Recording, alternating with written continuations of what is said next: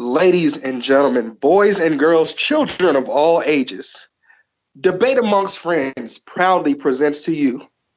It's your boy, Jay Rich, Jay Ritty, aka John, Professor John Gotti, the Professor John Gotti, and Mr. Doc Wednesday Night himself. Welcome to Marking Out Amongst Friends. All right, so we got a lot of topics for you to talk about this week.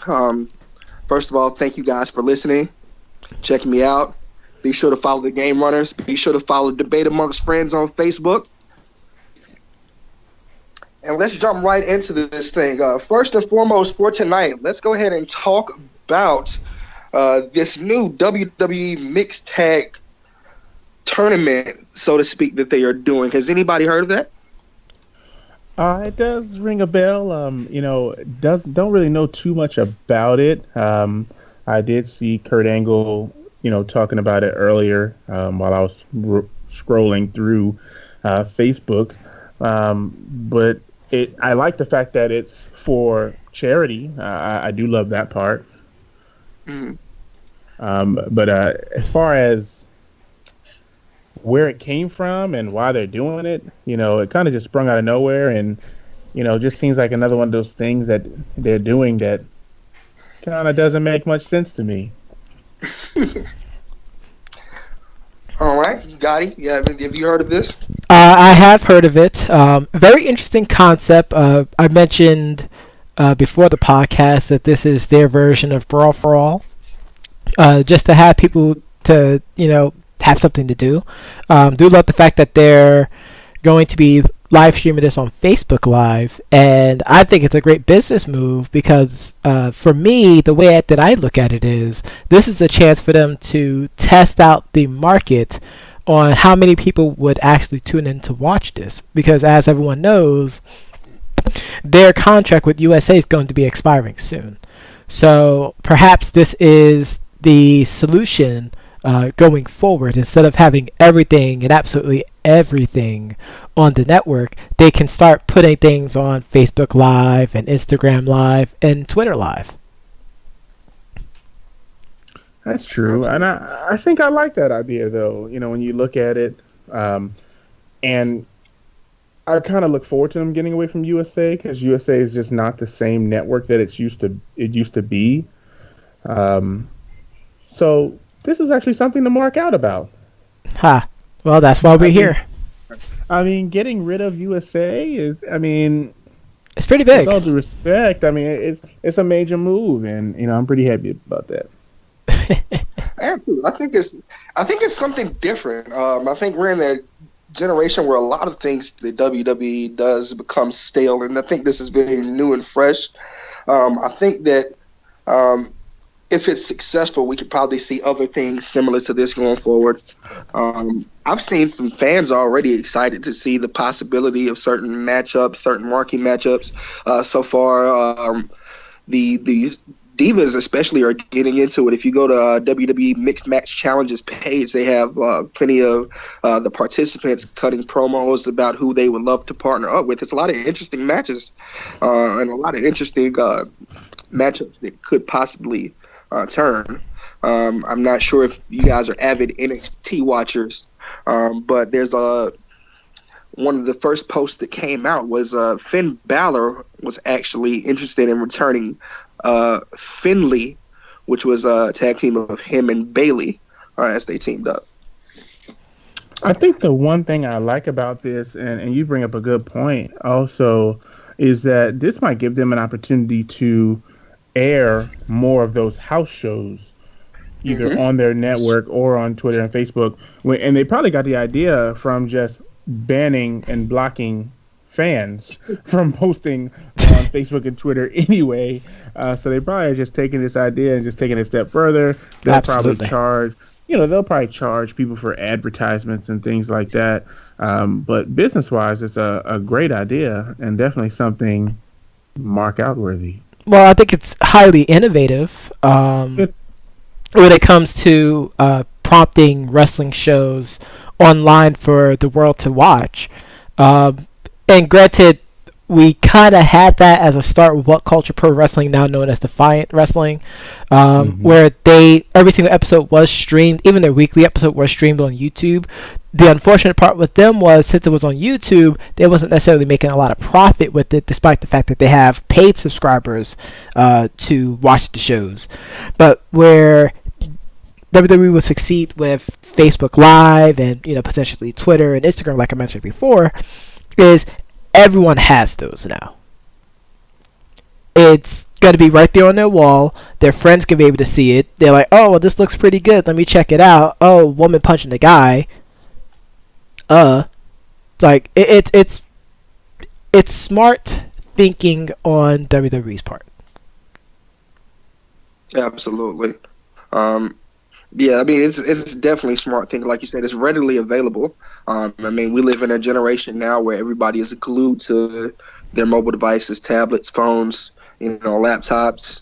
They're glued to social media. They're glued to your Twitters, your Instagrams, your Facebooks. I mean, and I think, like you said, it's just a smart business move to make, and it's a good pilot. I mean, so if it fails, Big Wolf, we tried. If it's successful, it's something that leads to other things.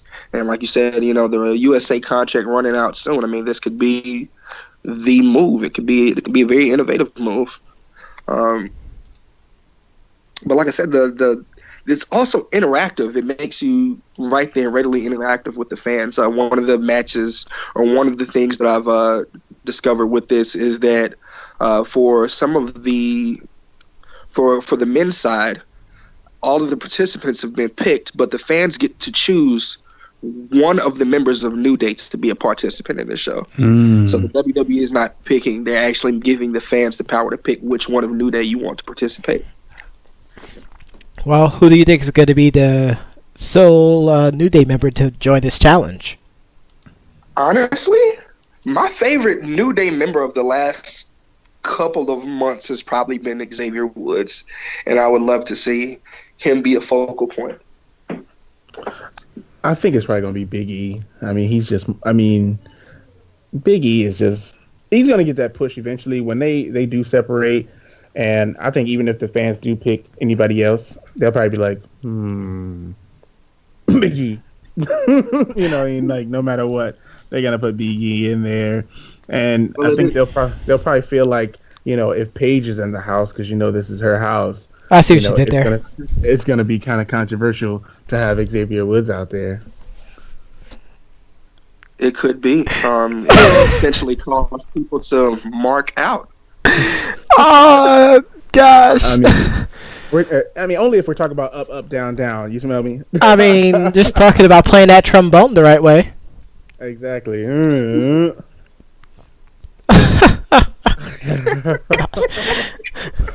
Chris, can we edit that part out? No, we can't. This is live. Okay.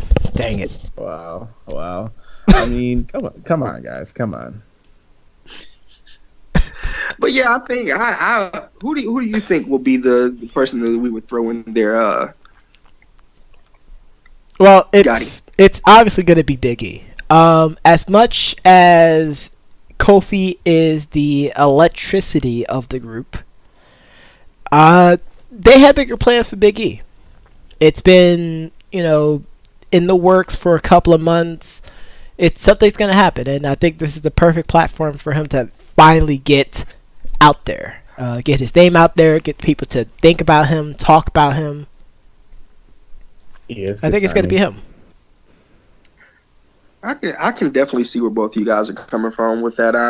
I'm still going to go Xavier on that one, just because when we're talking social media presence, I mean, the three of them, neither Kofi or Big E is going to have the social media following that Xavier has. I mean, like you just mentioned, up, up, down, down.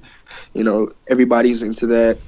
He's also the only member of New Day that really hasn't had much of a singles run so far since he's been hired. I mean, he had a brief run with the Funkadactyls, which that shouldn't count. That shouldn't be held against him. And then he jumped right into New Day afterwards. So, I mean, Xavier is the one who really would need it more than anybody else. I mean, Big E has had, mid-card championship matches. Kofi has held multiple mid-card matches, been in multiple feuds, former tag team champion. I think Xavier would probably need it more than any of the three. I mean, I definitely agree. But I do agree. I think the Big E is going to push. I'm about to say I definitely agree. I mean, we're not, and I'm definitely not saying, and I don't know if I want to speak for the Professor John Gotti, the King of RG, the Trailmaster, Data Analyzer Ninja, the Conqueror himself.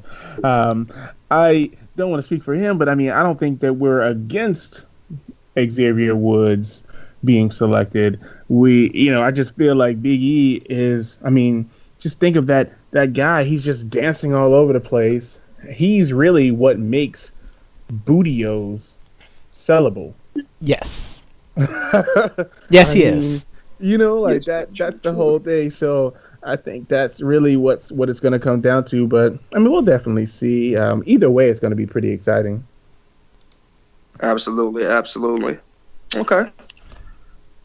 Good feedback, guys. Moving right along, I want to go ahead and hop into our next topic, which is not as happy of a topic as our first topic tonight. I want to spend a little bit of time talking about Rich Swann. Now, I don't know if you guys listening out there or you guys on the show here have heard what's going on with Rich Swann. This past weekend, Rich Swann was arrested pending domestic violence charges with his, wife, girlfriend? Who is she? Is she his wife? It was his wife. Okay. I don't know. Is this that weird thing where they're married but they still go by each other's last names? So she's not using his last name. But so the details to the story from that we've heard so far. So evidently she had a match at the promotion she wrestles for that night, and evidently the match wasn't up to par, so to speak, with Rich's standards. And they had a nice little squabble, little argument, which married couples do, which led to her fleeing her car, him chasing her, placing her in a headlock, dragging her back to the car, with multiple witnesses watching this. Definitely not a good look for any superstar. And this is a case where WWE, if you guys didn't know, was very quick on the draw to announce his indefinite suspension. What are you guys' thoughts on this? Well, the first thing I want to comment on is, domestic abuse by any means is wrong, no matter what. I think we just need to air that out there immediately for the people out there to know. That being said, the first thing I want to talk about is the internet always wins. You mentioned your group, the Game Runners. Someone posted a hilarious video. You know what I'm talking about. Doc, you know what we're talking about? I might have seen it, but I mean, if it was hilarious, I probably laughed and just kept going. Chris, do you know what we're talking about? Yes, I know exactly the video that you're referring to. So you guys, everybody, knows that we're avid WWE game players. I play WWE Champions. I've played probably every SmackDown versus Raw, WWE 2K, Here Comes the Pain, all of those ever created. But everybody knows Goldberg's special entrance. You guys, everybody's familiar with Goldberg. And when he comes from the back with the security entrance, and what a fan created a video of him doing as a created character. They put Rich Swann in that entrance with a prison outfit, walking out, being escorted by security to the ring. And it was the most hilarious thing that I have seen in quite some time. The thing that makes it even funnier is the fact that his music is actually playing in the background. So take all that into consideration. Wow. I'm gonna check it out. I definitely missed it. I don't know how I missed it, but I definitely did. Yeah, I'm gonna check it out. Oh, I think I see it right here. You're about to watch it right now. I'm gonna watch it right now. But as Doc is watching that right now, I mean, the situation was terrible. He was potentially most likely going to go against Enzo Amore for the Cruiserweight title. Unfortunately, that derailed that. Doc mentioned before that he's getting fired. We know he's going to get fired. Unfortunately, it's a bad look for African American wrestlers as well too. You know, we kind of have a certain niche about us, especially in WWE. We're one of 3 different types of characters. But I mean, it's a shame that it happened to him. But you know, hopefully obviously he's not in jail anymore. The judge concluded the case, so I mean, unfortunately, he has to deal with the consequences. You know, the old saying goes, if you're man enough to throw your hands up or do anything like that, you're man enough to suffer the consequences afterwards. Exactly. So I just watched it. That is quite hilarious. I will say, sad, of course, because he's in an orange jumpsuit. But you know, pretty clever. I mean, was he fired or was he just suspended? He's suspended indefinitely right now, but he's going to be fired. He's got no chance in hell to ever return. It's just he's not a big enough star, and as Gotti kind of hinted at, he's not the correct hue to make these type of, I won't say mistake. I mean, for lack of a better word, he's not of the right character makes those type of mistakes right now. Basically, Vince McMahon's favorite hue is Jay-Z blue, is what you're saying. Basically. Correct. Correct. You know, you know that he's already on 205 Live, which is probably the least watched of the major 4 weekly episodic shows that they have. For goodness sake, Enzo Amore is the champion, so I mean, true. But you know, he doesn't have room enough to make that type of mistake. I mean, you know. So you think he's done? Oh, he's done. Oh, he's finished. He's finished. He might as well go ahead and be in talks with New Japan or possibly Ring of Honor. He might go back to Ring of Honor. Yeah, he could probably go back to Ring of Honor. You know, we can see him and Lethal go at it a little while. I don't think he's on Lethal's level. I mean, I don't know. He'll probably job for a while. I will give Rich credit. Rich is very talented. He's a very talented individual. Character-wise, like what his actual gimmick is, you know, it's yet to be said. I don't know if he's R-Truth or, you know, if he's crazy or both. Everybody and every African American wrestler in the WWE is R-Truth. I mean, you think about it. They all sing and dance for the most part, smiling. They're all either a rapper or doing something crazy, yelling, portraying some type of angry, you know, it's either very angry or very, very smiley and singy. I mean, that's just the way it is. There's no middle ground. You know, that's why when you got somebody like Farouk, just think about Farouk. I mean, you know how angry he was when he was in the Nation Domination? Then he just started walking around saying, damn. Yeah. I mean, come on. I think it was more so like, damn. I mean, it really was. But I'm just saying, like, I just feel he like... became a trope of his former self. He was a tough guy. Exactly. He was a tough guy, and now he's in the same lineup as Funaki with the Indeed. Stone Cold Steve Austin with what? Like, the careers just took a downward spiral to one-word answers or responses or statements. It's pretty sad, actually. Pretty mock-out worthy, actually. How many times are we going to say that tonight? I think that's going to be something we need to do to the show. We just need to put up a counter. Like, how many times someone says the term marking out. I mean... marking out around the world. You know, I mean, marking God around the world. Okay, that's enough of that. But in all, I think we can all agree that Rich Swann's WWE career is officially over, and it's unfortunate, but you gotta be careful. Unless they make him a jobber for the next 2 years until he pays his debt to society. No, that's not going to happen. Is he not already a jobber? I mean, you can't get demoted from jobber to even more jobber. I mean, you could become Dolph Ziggler. I would love to be Dolph Ziggler's version of a jobber. He's probably the most heralded jobber in the history of WWE.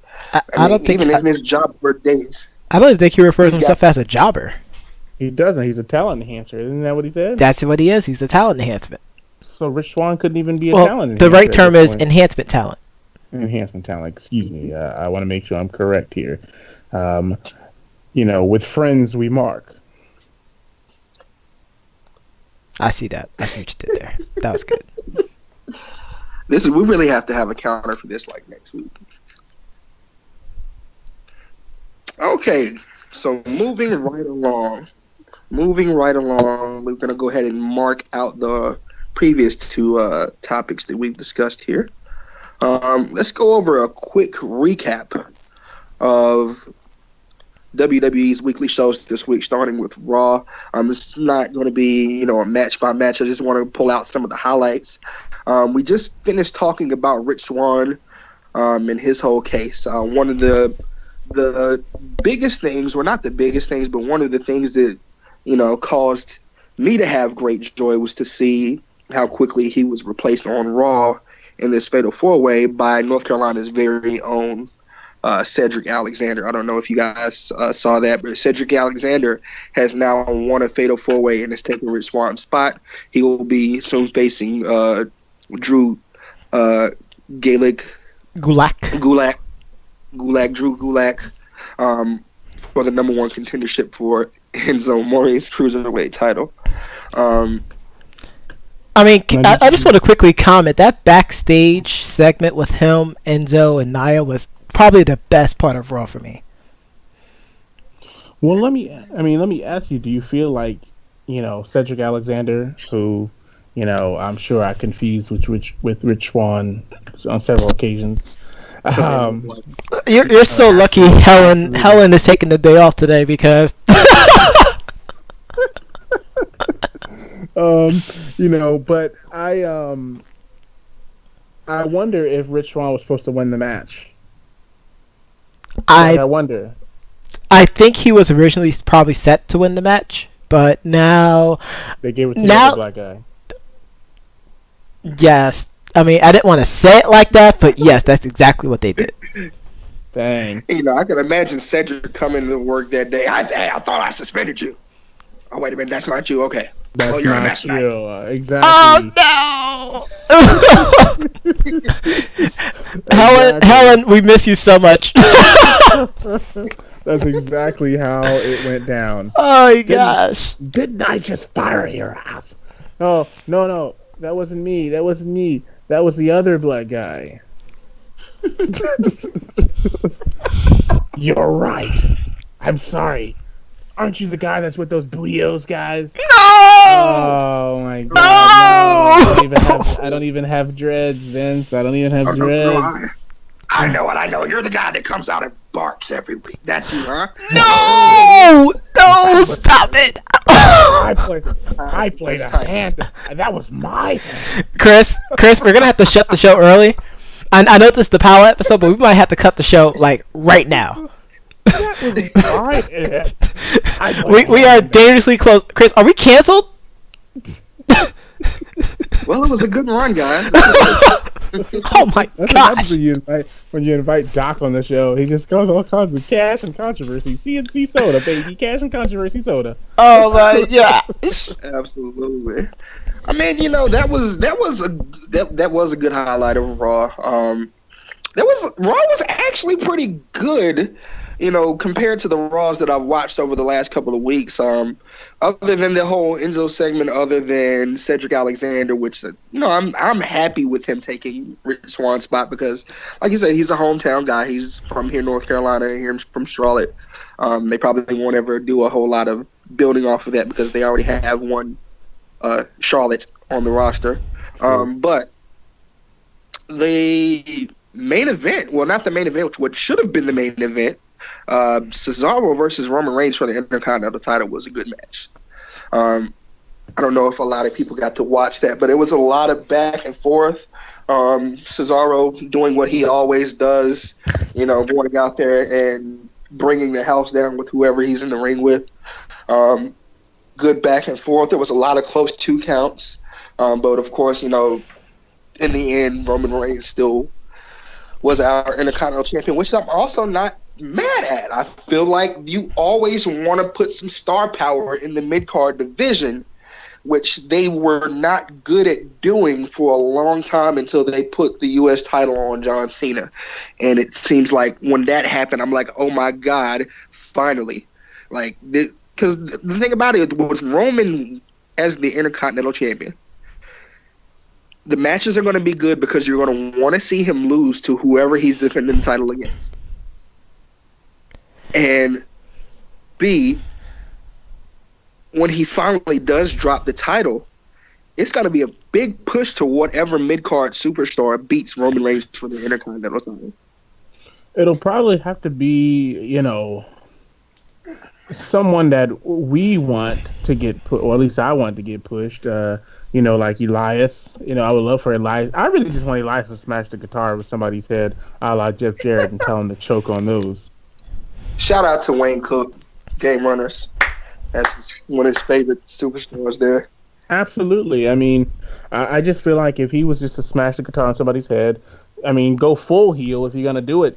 Do it, damn it! Don't just play around with it. Just come out there, jumps, bam, slap nuts, jump, Sam's jump. Don't do it expeditiously. You might as well just do it. Don't play around with it. Singing songs about the crowd. Go ahead and smash a guitar over somebody's head and just go all in. Yeah. Drink a glass of wine while you're at it. Maybe drink a glass of wine, or maybe they could drink a Line Kugel Pomegranate Shanty, who is the sponsor for tonight's show.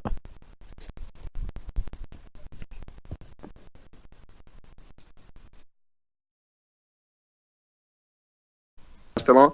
Okay. Yes, we are. But I agree, though. I do think that whoever push, hopefully they do the right way and not make Brock Lesnar lose the heavyweight title and then give it to him just because he has to have a title in his contract kind of thing. Even that, though, it would piss people off. But even that, once his contract runs out, the guy that ends up beating him for a mid-card title, he looks like you've been given the supreme rub from that. What if it is Elias that beats one of these guys for the title? To the moon right there. Yeah, I don't think anyone will beat Brock Lesnar, and it'll be as good as when Eddie Guerrero beat Brock Lesnar. Exactly. Oh no, not at all. And that's why they might as well have let AJ Styles beat Brock Lesnar. Honestly, they might as well have let it. Because it would have solidified him as a top champion. Because we know that Brock Lesnar is leaving eventually. It's just a matter more of when. When is he leaving, guys? When is he leaving? When he feels like it. He's got, Sable at home. He's really got nothing left to fight for. Come on. True. All right, let's move on to SmackDown. So SmackDown, some of the highlights from the quote-unquote B show, which I call the A show. So some of the things that happened on there, the segment was funny with AJ Styles and the Singh brothers when the Singh brothers came out talking all kinds of crap about Jinder Mahal. How he makes him do embarrassing things like kiss his feet and blah, blah, blah. And, they both give AJ Styles a hug, and then he proceeds to tell them he's not falling for their crap, and he beats the heck out of him. When Jinder Mahal watches. I thought that was a pretty funny segment. When will this thing? When just to piggyback on that, when will Do you think the Singh brothers are going to turn on Jinder Mahal, and what happens to them and their career after they do so? I don't know. I don't think that they turn on Jinder Mahal unless there's plans to use him afterwards. Like if the moment they turn on Jinder Mahal, he beats the crap out of them. They're getting released, or either going back to the Performance Center. I heard they're not going to go back to the Performance Center. I heard they were just going to leave WWE altogether. Because there's no real use for them unless they bring on another, Indian star, I guess. I mean, and Jinder Mahal is probably the best Indian star that they've had in a few years. I mean, what he's had to be, compared against, who was it? Tiger Ali Singh, the Great Khali, Daivari, little brother Daivari. There's probably another Daivari out there somewhere. And then what was the other guy? The guy that was managing Khali for a while that was like his cousin or something like that. Yeah. I don't remember that percent. Oh no, but I really like the Maharaja's character. I mean, I think that he can make a good strong heel on SmackDown. Even if it's not with the World Championship, he could be a great mid-card champion and, be a dominant heel until he puts over the next face. So it's funny that you said that, though, and, the people are screaming in John Gotti's ear, demanding for him to ask you this question. Jay Rizzle. Dave Meltzer said that the Jinder Mahal experiment was a complete failure. Do you agree with what he said, and why? I do not agree that it was a failure. I think that from a fan standpoint, like the fans from, our demographic or our age range were kind of against it because it happened so sudden. And he wasn't really getting any type of push, and all of a sudden he's the world champion. And I think that a lot of people are against that because they said it's quote unquote not realistic or not believable. From a different standpoint, I view it as, I look at a guy who I didn't take seriously before, and he created a character that really made me, like him. I mean, he draws natural heat. He uses the whole race thing to throw it back at the Americans. I mean, he's drawing I don't know why people don't like the guy, honestly. Is he the best champion ever? No. Is he the best wrestler in the company? No. But I think that he's got a very solid gimmick that's going to work for him.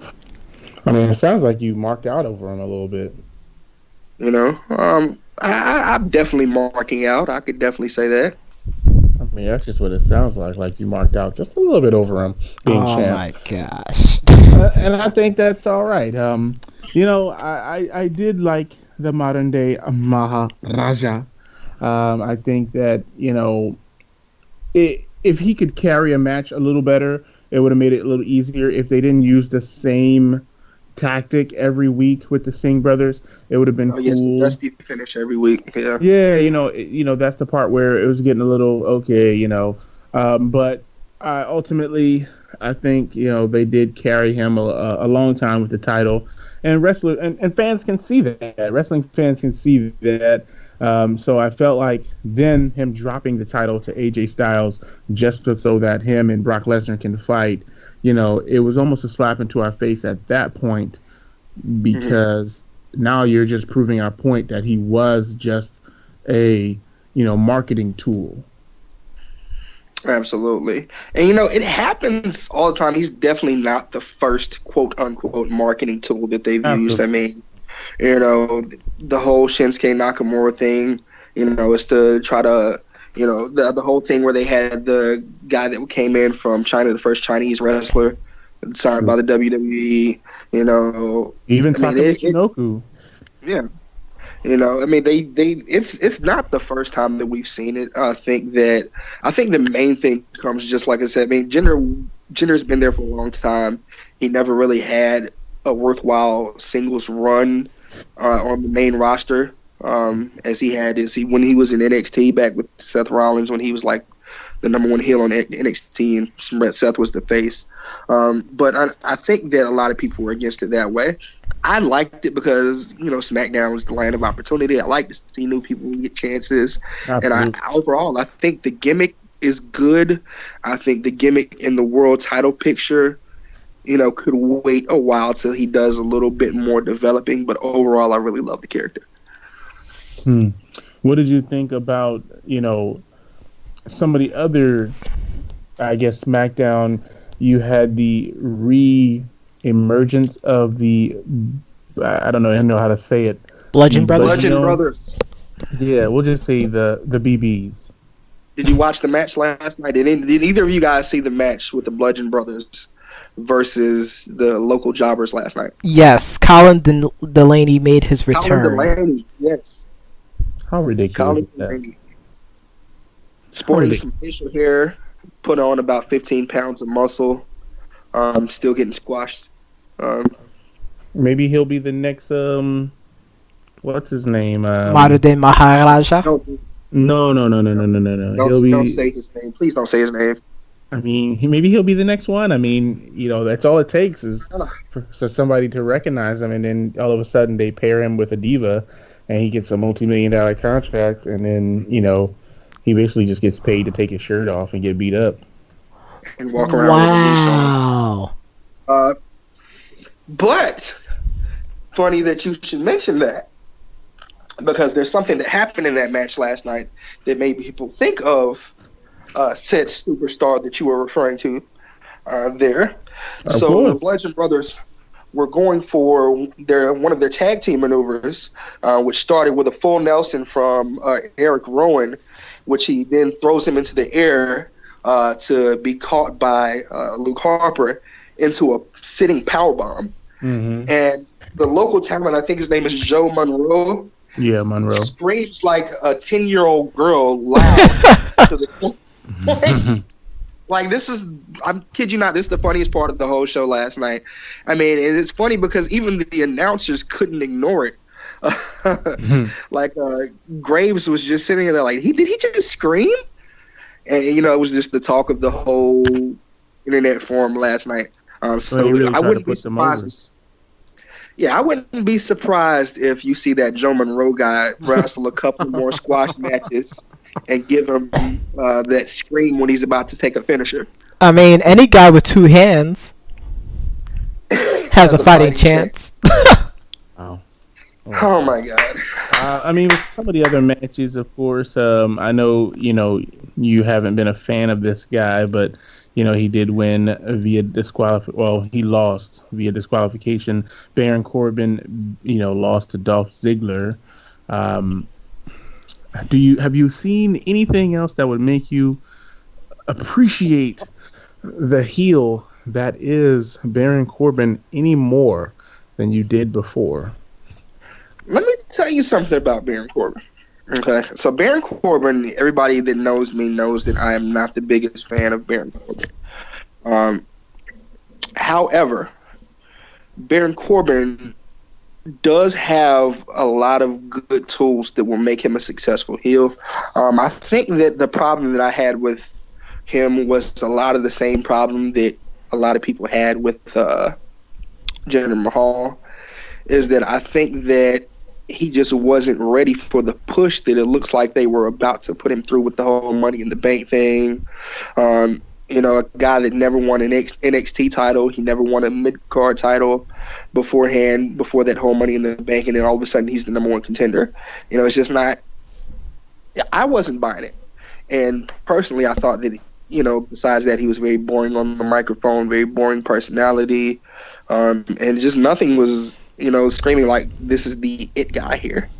So you don't believe? Do you believe that now? But what I will say, not the it guy, but he's very much so improved from my first opinion of him. I don't hate him as much as I would say the singles run of somebody like Dean Ambrose, which I'm glad that he's in a tag team right now, nowhere near any type of mid card or world heavyweight title. Praise him. Wow. Oh my goodness. But he's got a lot of good tools. I mean, of course he's got the size. finishers are cool. The deep six is cool. Of course, the end of days is cool. The whole slide out of the ring and slide back in strike is cool. I mean, he's got a lot of tools. I can see him working those into his matches. He's developing his whole ring psychology thing, and I think that he's really starting to click on something. It's the only time will tell how far it will take him, but I don't hate him as much as I did when I first started. And that's as much of a compliment as you're going to get out of me tonight about him. Finally. Finally. That is as much as you will get out of me about Baron Corbin, which that matchup is going to be going into our next topic here. Clash of Champions is this Sunday, guys. Any specific matches that are sticking out to you guys that you guys are dying to see, or is there any matches that you're like, I don't know why this is even on the card? I mean, I don't know why the BB brothers are fighting Breezango. I mean, it's part of the Fashion Files thing. I mean, it definitely is, but I mean, I don't want to see it. It would be a match similar to maybe even Mojo Rawley versus Zack Ryder that would be on the pre-show. Like a lot of the I think they will be the pre-show. No, they're not going to be the pre-show. It's going to be Mojo versus Zack. Yeah, like this might. I mean, this is going to be one of the shortest pay-per-views ever if they don't add any more matches. Right now, we only stand at about 7 matches. And nothing is going to be added. No other shows between now and Sunday, so. I mean, it's almost looking like a near NXT kind of lineup. It does. Do I think this is going to be a good one? Maybe not. So what you're saying is that you don't see much of a reason to mark out at this pay-per-view. Yeah, I think my marking out meter is giving me about a 2 on the marking scale. Wow, I didn't even know that was a thing. We just created it. The marking scale. That just happened? It just happened. It just happened. I mean, think about it. I mean, Kevin Owens and Sami Zayn versus Randy Orton and Shinsuke. I mean, okay. I imagine that Jinder Mahal, maybe AJ Styles, they would regain the title just to, reset the foolishness. I mean, maybe Mojo Rawley versus Zack Ryder will steal the show. No, stop it. Stop lying. Don't lie to Doc. You don't lie to Prof. You don't lie to J Rich. You don't lie to the people. Doc Ocean. Fine. You just don't do it. I'm telling you, Zack Ryder versus Mojo Rawley is not even going to steal the pre-show, and it's the only match on there. I guess. So maybe it'll most likely be the tag team match that'll steal the show. Player.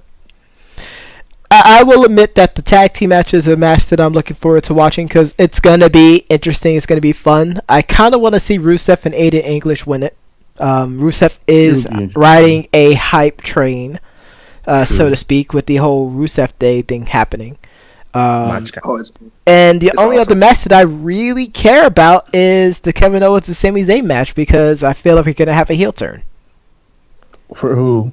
Or Daniel Bryan? Mm-hmm. I think it's going to be a heel turn for Shane McMahon. I've been thinking Shane McMahon I guess I should probably reiterate it because there's really no such thing as heels and faces anymore. Daniel Bryan would align himself with Sammy and Kevin. I wouldn't be surprised. I would not.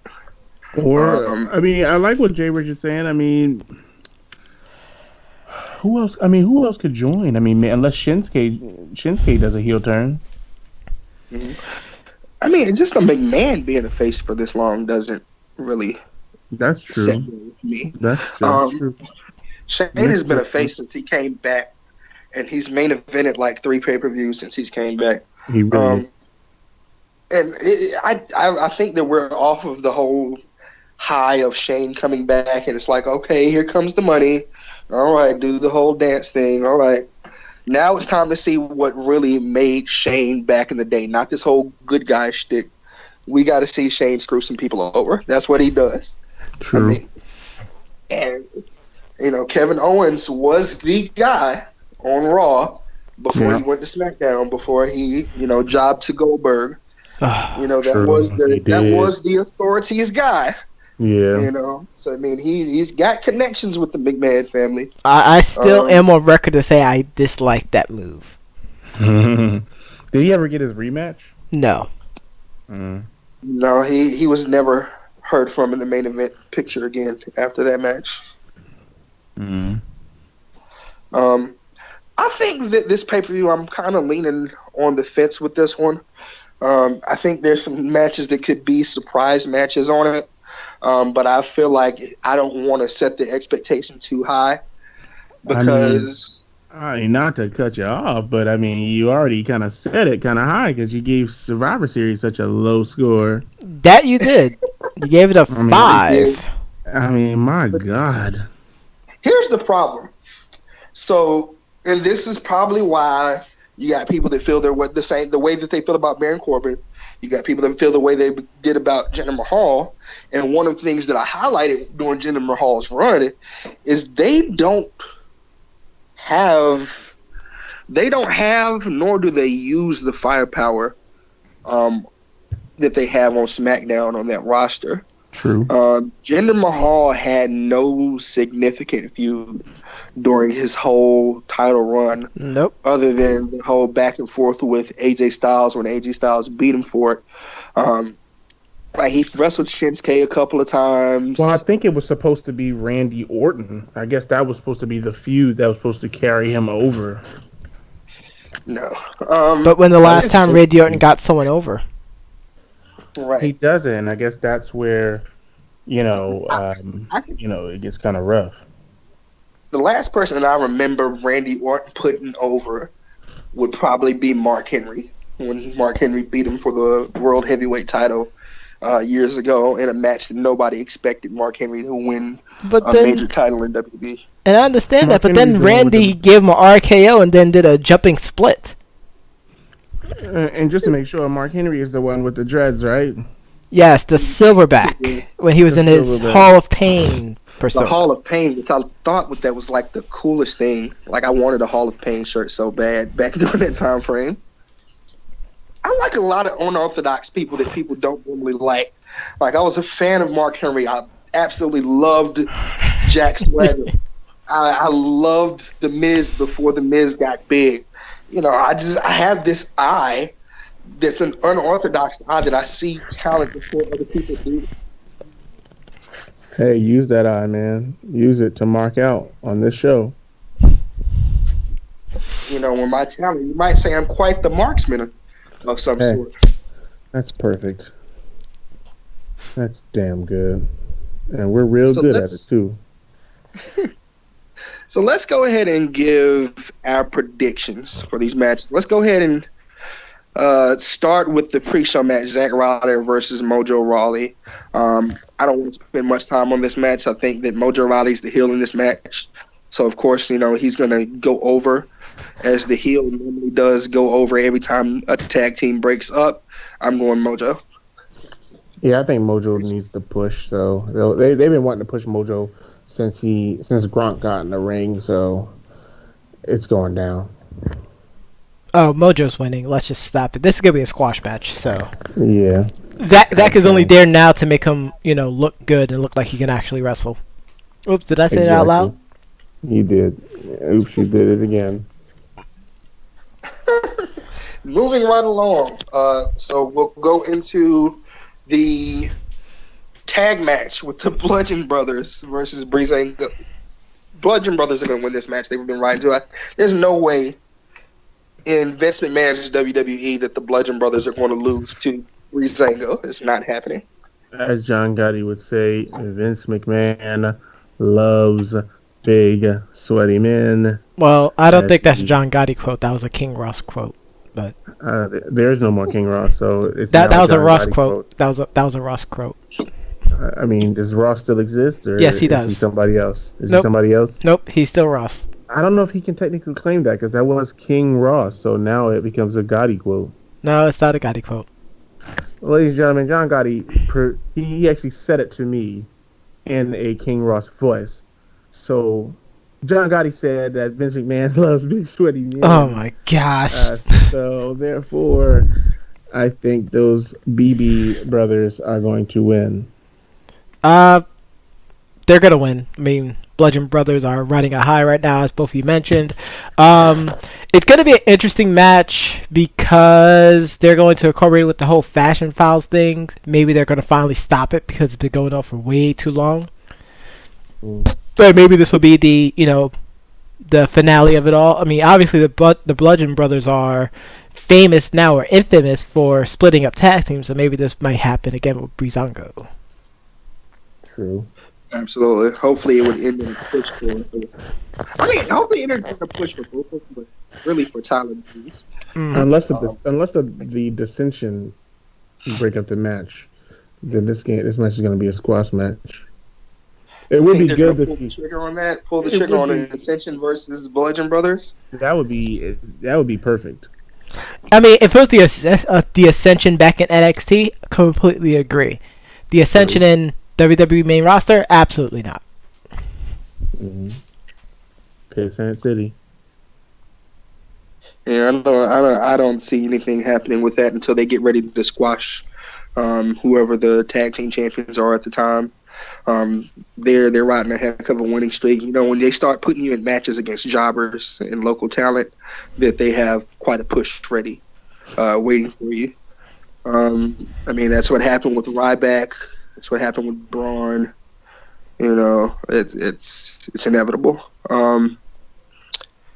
Next match we have, it's going to be Baron Corbin versus Bobby Roode versus Dolph Ziggler in a triple threat for the WWE United States Championship, which we didn't really talk much before we started giving a review on this one. I think this one actually has a chance to be the best match of the night, honestly. With Dolph Ziggler, Bobby Roode, Corbin, it's going to be a lot of spots.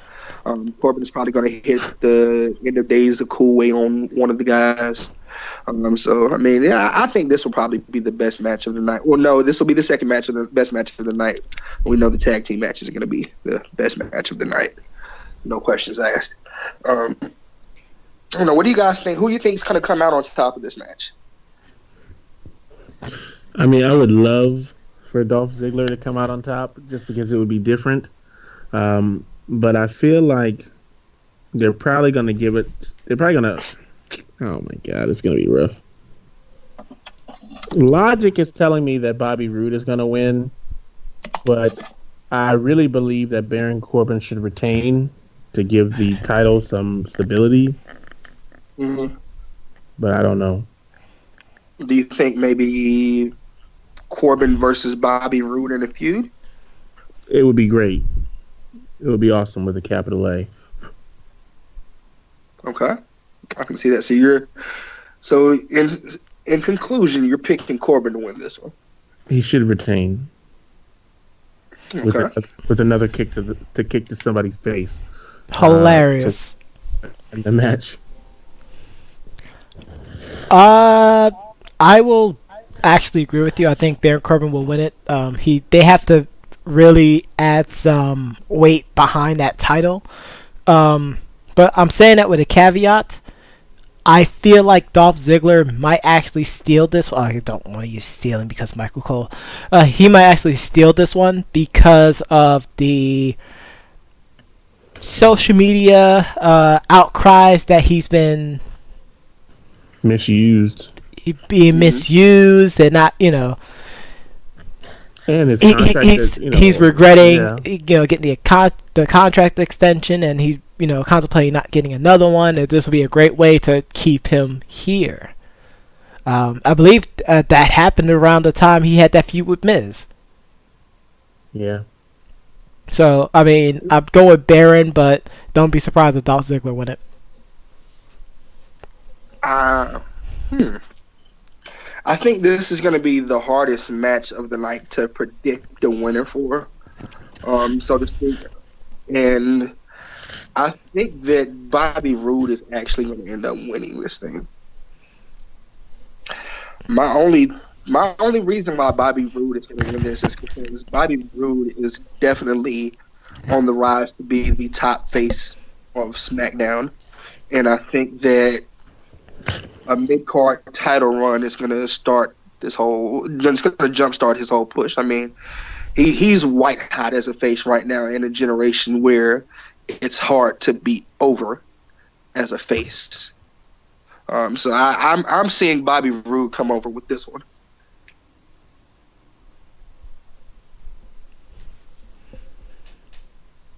That'd be interesting to see. Yeah. So what is the next match? Okay, so our next match, women's title in a lumberjack match, SmackDown Women's Championship, Natalya versus Charlotte. I wouldn't be mad if Natalya won this match and won the title back, and we had somewhat of a back and forth feud, because SmackDown's whole title picture has been kind of a revolving door for women. And I think that a back and forth feud, maybe with Charlotte and Natalya, even going back to the whole NXT days when Charlotte had Flair in her corner and Natalya had Brett in her corner, and they had that whole match. I think that it could be a good long-standing feud. Give it about about 2 or 3 months. They could work with it. Two at the least. I also wouldn't be mad if Natalya won. I don't want them to go back and forth. I kind of would like for Charlotte to kind of fall to the wayside, similar to how other wrestlers have done in the past, a la Bayley and some other people. I really want to see other people get an opportunity, but I just don't think they're going to give it to them. I think that they're pretty happy with Alexa Bliss and Charlotte both being the champions, and I don't see that changing anytime soon.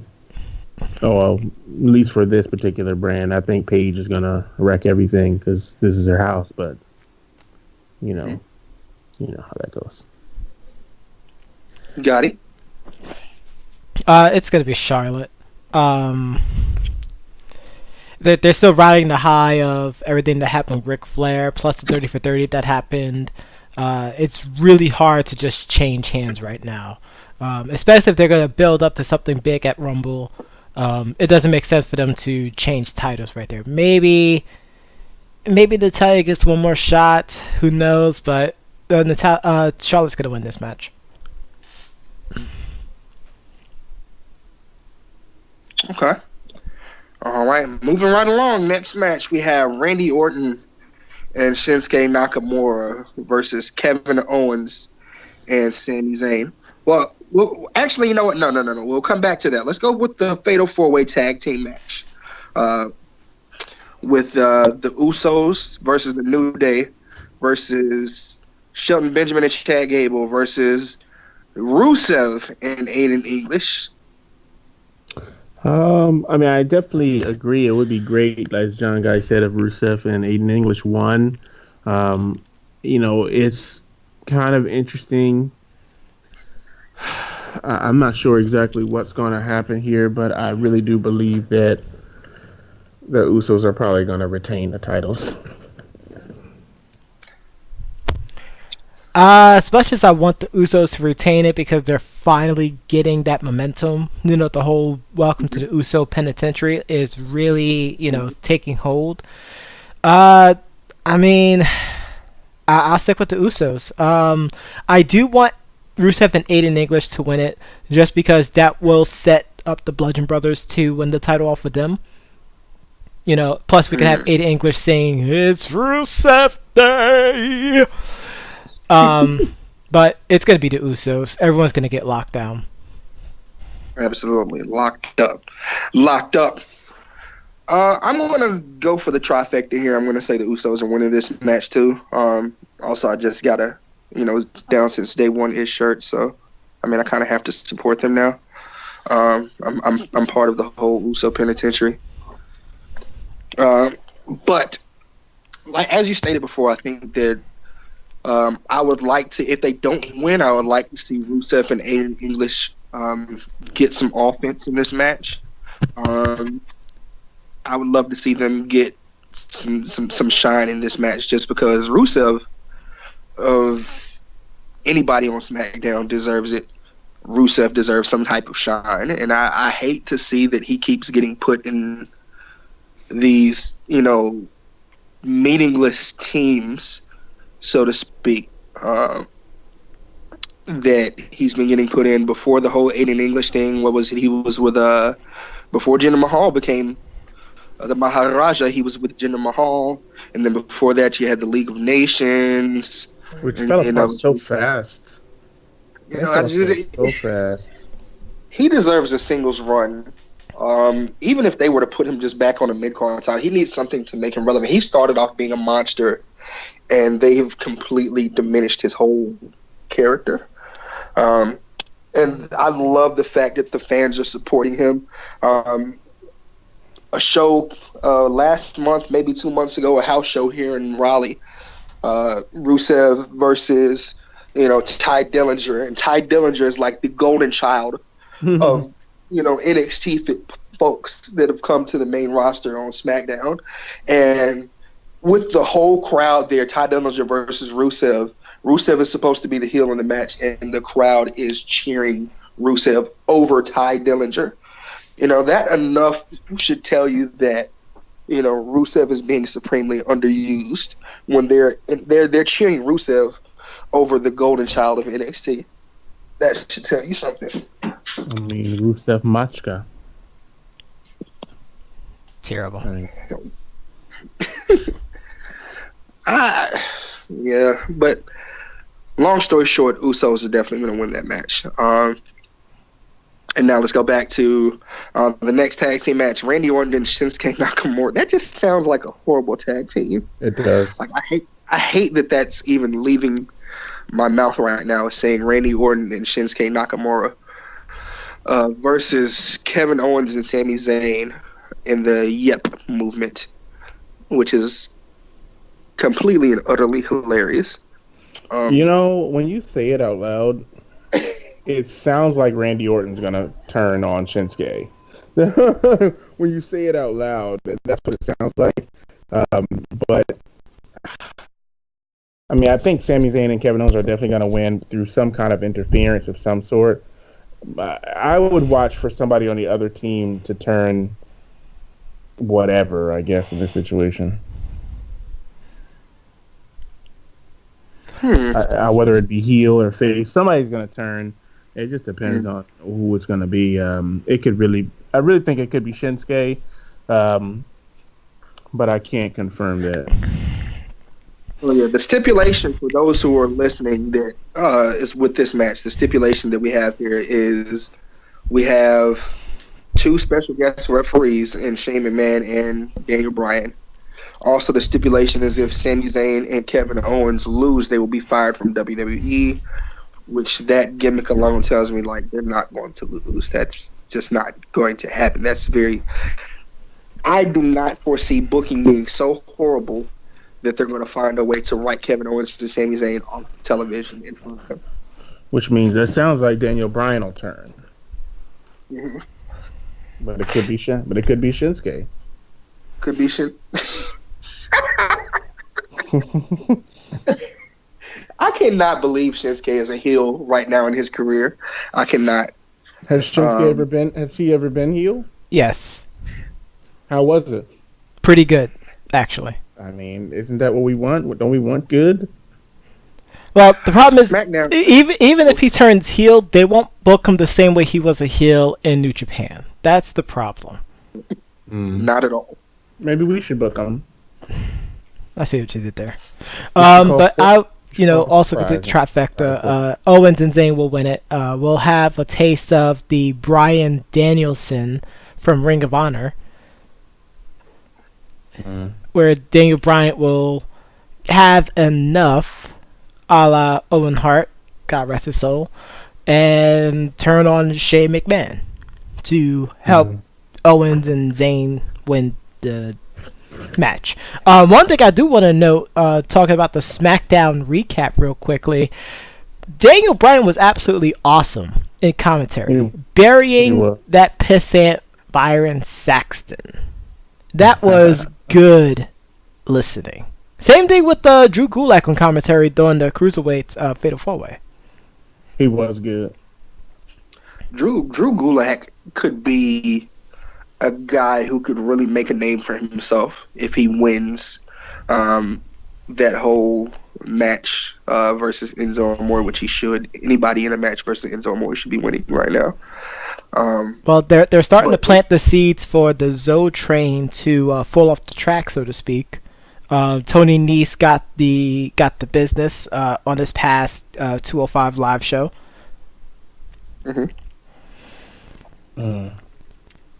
We got to be setting up to get rid of somebody since they're bringing in Hideo Itami, which is so terrible. That he's been somebody who was a huge signing, and he can't even get debuted on the main roster to Raw or SmackDown. He's going to 205 Live. And which one is that? Hideo Itami is the person who faced Kenta. off against. No, he doesn't know who that is.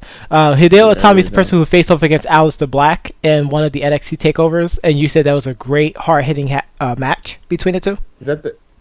That's not the. No, that's not him. Okay. Just the innovator of the GTS. He does. That guy. Yeah, Okay. there you go.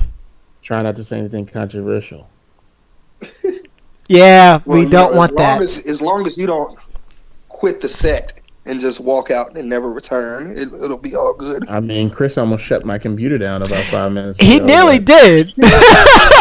That's why I was like, let me, slap Chris around a little bit because my computer is really about to shut off on you guys, honestly. Oh my goodness. Especially if you don't quit and start a mixed martial arts career. I mean, I would consider it. Terrible. Terrible. But I think we have one more match here. One more match, as Christian Cage would say. We have AJ Styles versus Jinder Mahal for the WWE Championship. I think this is the second most unpredictable match of the night for me. The other match I would say was that triple threat match for the U.S. title. I don't know which way that they're really wanting to go with this one. I don't know if they want another long run from Styles, or if they want to go back to Jinder. Or I'm thinking that Styles is going to win this one. I'm thinking we're returning back to the Maharaja. I think the victor will be the guy who built SmackDown Live, the phenomenal one, AJ Styles, winning via Styles Clash. Ew. Sounds like doo-doo on a stick. Oh, but no, he's going with the phenomenal forearm, but we know that. That's better. But then afterwards, possibly you'll see the end of the Singh brothers with Jinder Mahal. Oh, he's gonna try to beat. They're gonna try to beat him up or something, or he's just gonna wreck them. Yeah, he's basically gonna wreck them, and that's pretty much it. So the Royal Rumble will probably have Jinder Mahal against the Singh brothers. Oh my god, I don't want to see that. I would not want to see that. And the Singh brothers really do not have a job if they're not, chauffeuring Jinder Mahal. I mean, there's no use for them. Yeah. They're like 2'0". Get him out of here. 100 nothing pounds. Wow. I don't think that they could beat I don't think they could beat Hornswoggle and El Torito. Wow, the savagery. Wow. Yeah, I was gonna say James Ellsworth had a better chance. Wow. James Ellsworth and Colin Delaney. Wow. They would wreck the Singh brothers. Yeah. Yeah. So overall prediction, I think with the way it sounds, I think I gave it a 2 earlier. I might bump it up to maybe a 5 because of the tag team match, 5.5 because of the potential heel turns, but I can't see it being any better than that. I'm gonna go probably a 6. Wow. I'm gonna go with a 6 because I think that they're gonna be too strong. There's gonna be 2 strong squash matches that are gonna really make you really hate, you're gonna think to yourself, "Why am I really watching this pay-per-view?" When you see the Ryder versus Raleigh match, and then when you watch the Bludgeon Brothers versus Breezango.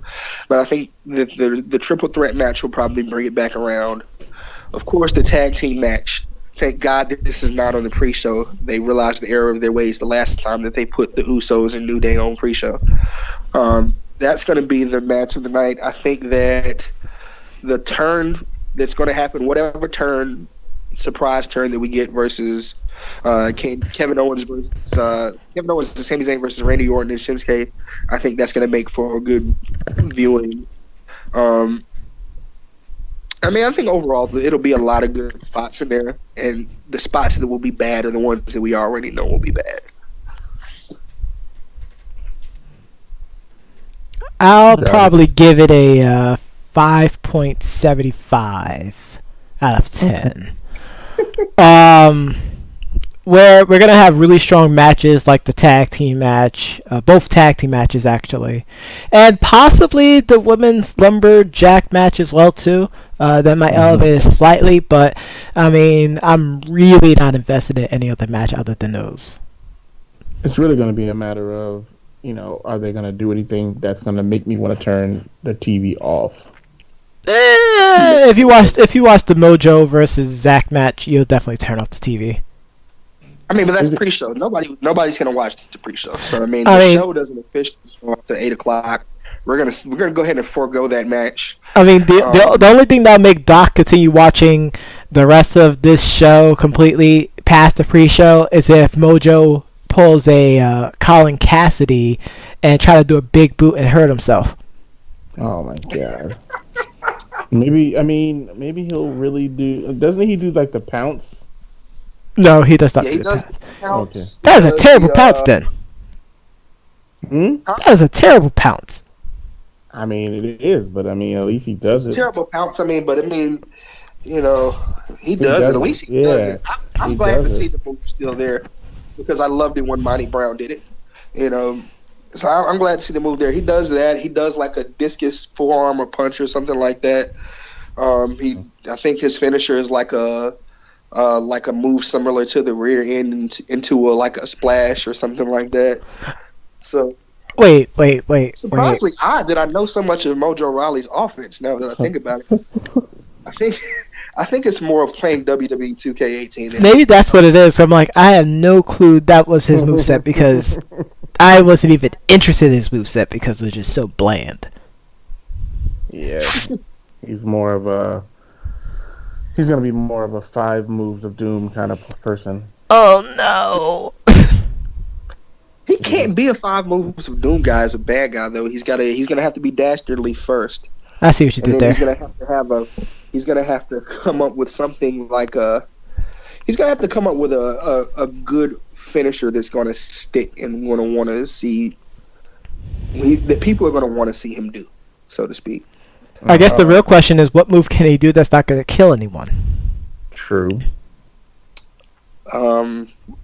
Getting released would probably be the best choice. That's a good one. Oh my goodness! I mean, maybe he could pull up the Sky High. Maybe, but that's not gonna happen. I feel like he might have done the Sky High, but it's just not gonna. It's just a move like a power bomb that's just not gonna get over anymore. Well, as long as he doesn't try to do a jackknife, that's what I'm worried about. I was actually watching Batista. I think somebody posted Batista versus Dolph Ziggler, his first match, and Dolph was wrecking. Yeah, I saw the Batista bomb, and I was just like, that would just never get over today. Nope. The power bomb, you can definitely see nobody really goes for a power bomb as a signature or finisher or prelude anymore. It might be just a move that you might see a 205 guy hit out of nowhere because you didn't expect him to do a power move. Well, Kevin Owens does regular power bomb, part of his arsenal. He does. That pop-up power bomb is something. No, not the pop-up part. Not the pop-up part. Just the regular power bomb. He does a normal power bomb as well. His is kind of weird because Like he almost looks like he's gonna kill the person. Honestly, if I'm really being like a honest. setup. Like, does he do it like a setup, like Kevin Nash or something? Like, did we see him like? No, No. This is like almost like a snap power bomb. Like it's really fast. It's like very Eddie Guerrero like. Yes, it's very strong and it's pretty quick too. Like he just picks them up, and like puts them down like straight Planet Fitness. The one against the apron is probably one of my favorite ones. It's so dangerous though. Like, how do you sell that? How do you take that bump? I don't even know how you take that bump. I wouldn't want to take it. You know what? Now that I think about it, I take that back because Seth Rollins was doing the running power bomb in the turnbuckle. Exactly. He almost killed Sting. Exactly. He almost killed Sting. He injured Finn Balor. Now I don't think he does it as much anymore. That's why when I see these guys doing it on the apron, I'd be like, that can't be good. Like I think John Cena took one, and I was just like, oh my god. But then again, that John Cena, that bump that Shinsuke gave him wasn't good either. So John's just a strong guy. He's a strong guy. He's not a guy to take a bump where he has to land on his upper shoulder or his neck. It's just gonna look ugly every time he does it, and not like ugly like the move looks bad. It's just gonna look ugly like is that the end of Cena's career after that bump he just took. Yeah, I was so worried. I mean, maybe we could see Mojo do the final cut. True. Yeah. True. I mean, it's a safe move for him. It is pretty safe. Maybe we should let him do a full Nelson slam too. I mean, that's what the modern day Maharaja does. And Eric Rowan does that too. It's a camel clutch slam. That is the Dream Street. It's a difference. It's a difference. Same difference. It's basically the same thing. Yeah, it's a difference. It's the same thing. It's all this is just one hand. All this is just one arm that's being hooked. No. And most of the time, he doesn't even really hook it efficiently. He really doesn't. Pissant. So on that note, no, stop. All right, so we got a 5.5, a 5.75, and a 6 rating for the pay-per-view. Does anybody have any final thoughts before the pay-per-view, or in general wrestling related, that they want to go over? I think we kind of missed a opportunity to go over this last week as a final thought on our show, of course. But I know Vince McMahon has opened up to allow, wrestlers, of WWE Pass to participate in, I think it was a rehab of some sort. Yes, it was rehab. Drug clinics, which, I think is pretty excellent. We definitely missed that opportunity to really go over that. And I think that's pretty cool. Of course, some people gave John Gotti a hard time, but I understood where he was going with it. And I just believe that, it should have been offered earlier. It would have saved a lot of lives. But we do have to appreciate that it's being offered, I guess, at all, period. Now. Yes, I definitely did get a lot of flack for saying what I said, but at the same time, I mean, 20 years ago, had that happened, we wouldn't have lost so many wrestlers. That's all I'll say. Yeah, we wouldn't have lost so many. I mean, Eddie would still be alive. That's all I'm trying to say.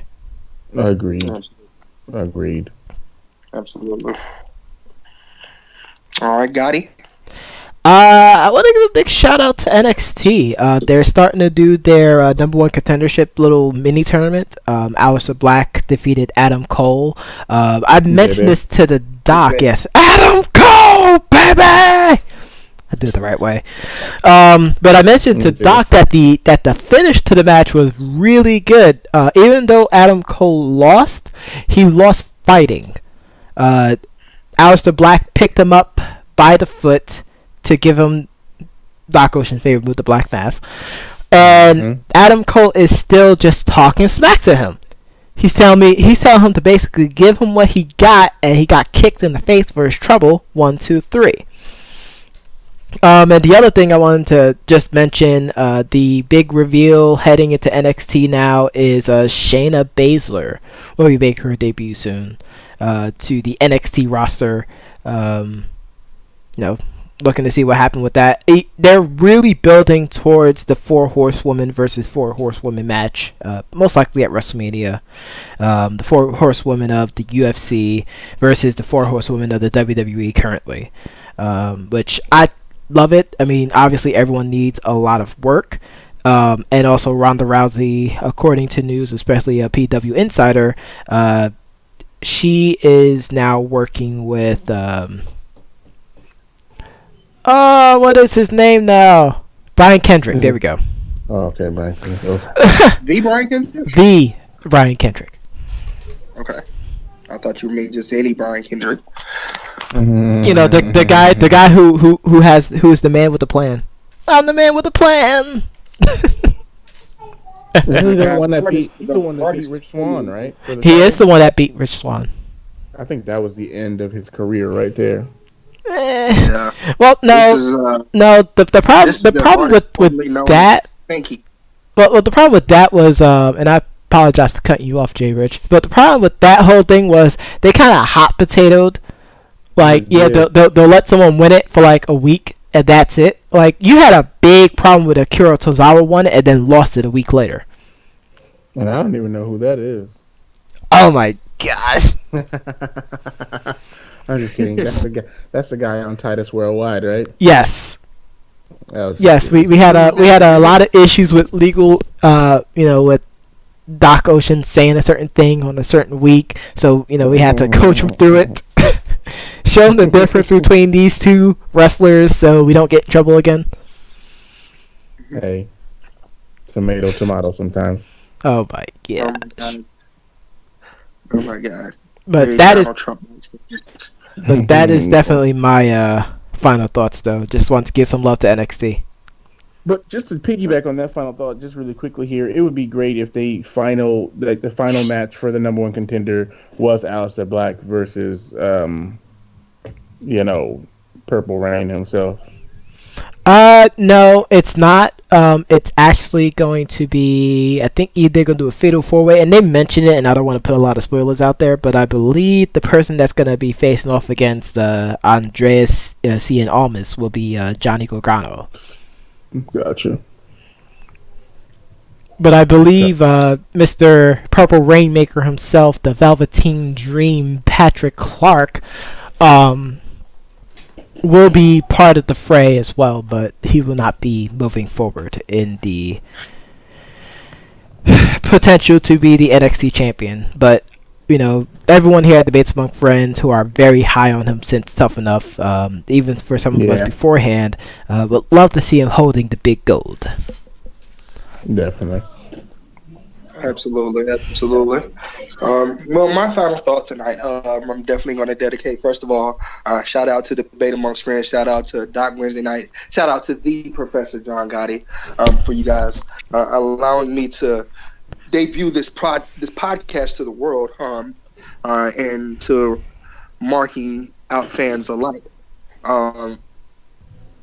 This is definitely something that I look forward to, having a number of guests speaking on a range of topics and just giving another outlet for fellow wrestling fans to view and share their opinions.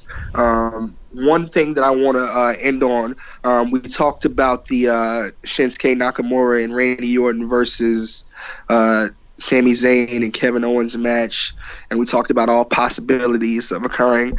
I think that it's noteworthy that there was a lot of buzz around November the 30th, that there are several doctors that are clearing Daniel Bryan back to physical activity. He's not been yet, not to be confused with the WWE doctors that have not cleared to wrestle yet, but a lot of doctors have examined Daniel Bryan and said that he is cleared to return to wrestling. So it's noteworthy to see whether they are going to pull the trigger on Daniel Bryan, maybe moving back into maybe a one-off wrestling match or either being cleared just to take some bumps. I know that as wrestling fans, we knew that Daniel Bryan was one of the greatest wrestlers in the world, if not the best in the world when he was active. And any role that allows him to get a glimpse of wrestling, everybody's going to be excited to see. Absolutely, I can't wait for that. Actually, I mean, just one more match. You know, that's what we always say. Just one more match. I believe that will be Daniel Bryan versus Shane McMahon. I think that can be a pretty intimate match, so to speak. You I know, just don't want them to waste it. I don't want them to waste it. Mm-hmm. If it's one Well, I match, mean, don't waste it. well, then don't put him against Goldberg because Goldberg's known for ending careers. Exactly. Don't waste it. Oh my God. Goldberg. He's ended so many good things. We can't have nice things around Goldberg. We can't. It's not allowed. But on that note, I'm looking forward to see what the plan is with Daniel Bryan in the future. Absolutely. And I'm looking forward to see what they have in store for us as the fans, and I hope they make it worth our while. And on that note, you guys, that's a wrap. That's going to conclude our show tonight.